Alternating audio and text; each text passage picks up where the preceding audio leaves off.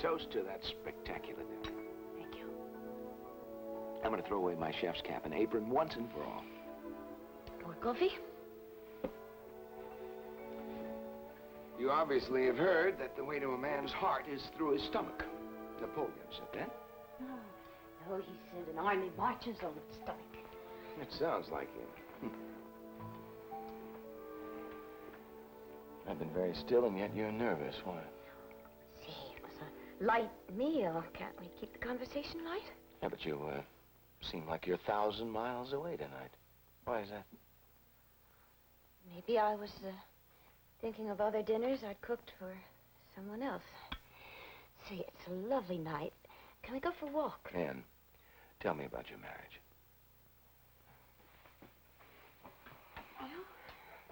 Well, there's nothing to tell. I mean, as the songs say, we were too young. Well, people grow up together. Yeah, some do, but Jack and I would never have. How did you meet? College. There we go with those one-word answers again. Maybe I should rephrase my questions and make them all multiple choice. Like, were you very happy together? A, sometimes. B, hardly ever. C, never. All right.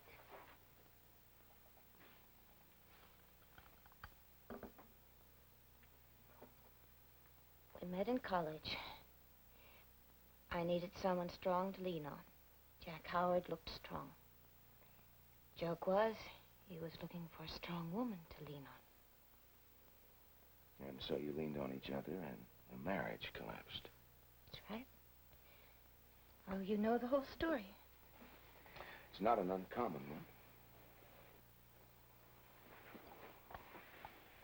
We hardly ever stayed together. He went his way, I went mine. Guess he thought I was too big a risk. What made him think that? Oh, stories about nervous breakdowns and accidents on bluffs. It didn't help his confidence in me. Well, surely he knew about that before the marriage. No, I didn't want him to know. Well, how did he find out? My father. He didn't want anyone to take his little girl away. Well, your father isn't looking over your shoulder now, is he? Isn't he? And all right, you married a man without telling him everything about you. Is that a crime? Now you've told me. All that's happened is I know you a little better. That's not so bad, is it?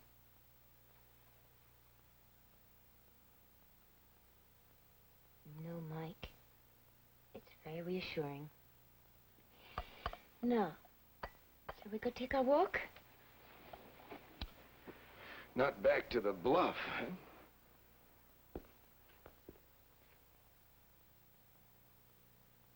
No, I don't have to do that. I can walk along the beach with you. And not look back. Mike, you've made me able to look forward. But I'm still looking over my shoulder, so give me time and help. Because I need your help.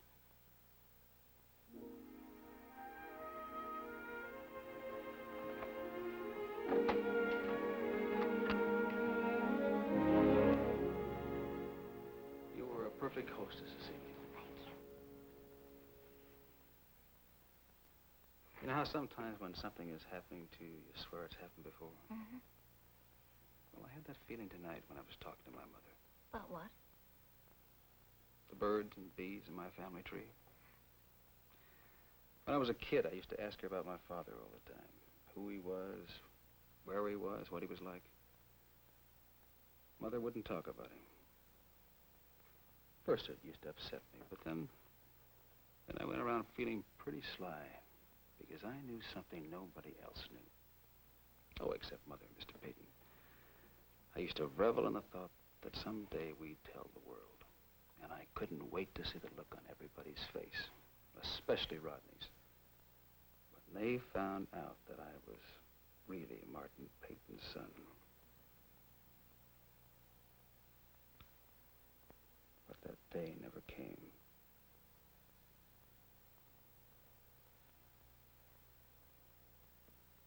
Then tonight, when you and Mr. Peyton left the room,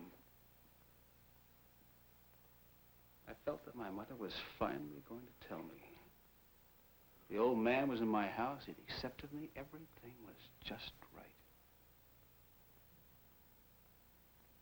But it fell apart. Everything fell apart like all the other times. He came back on stage. She stepped back behind her mask. And the curtain went up on our creaky old melodrama again.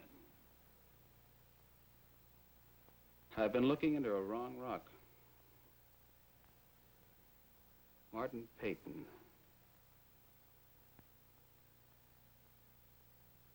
Is not my father.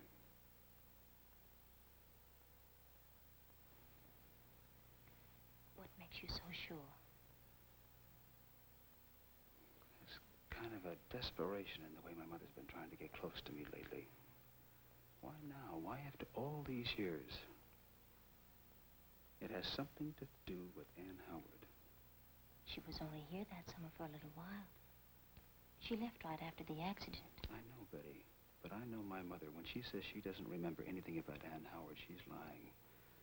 And in some strange and sinister way, Martin Peyton is part of that lie. Sounds so melodramatic. Oh, my whole life has been a melodrama. It's not ordinary for a boy to wonder who his father is, for a boy to go below the stairs and swear that someday he'd own the house. Secrets are melodrama. Melodrama happens all the time to other people.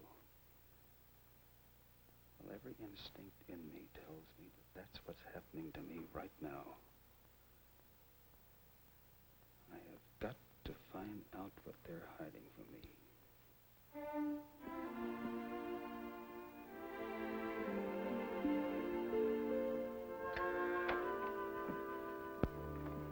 That'll be all, Thomas. Good night. Good night, sir. Mrs. Cord. You knew what this evening meant to me, and yet you deliberately interfered with it. I have to know about that girl. If you've developed a burning need to clutch Stephen to your bosom at this late date, Hannah, be a little more circumspect about it.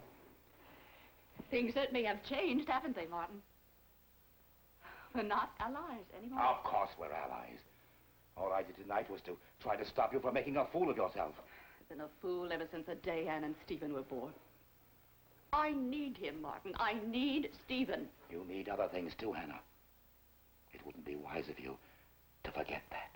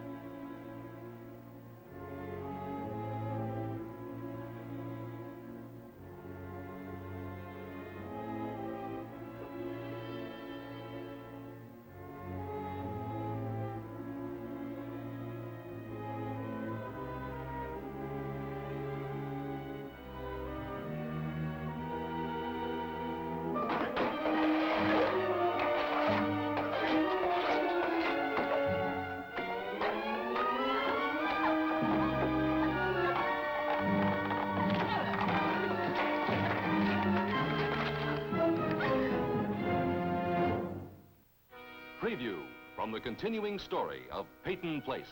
How was your moonlight sail last night? If you look back at shore, I was watching. I didn't look, Sandy. You looked. Stephen is going to end up outside, where he belongs. Outside, Hannah. You pushed him and you know it. He's blind because of you and you know it. You're pushing him now, but you're going to stop because I can push too.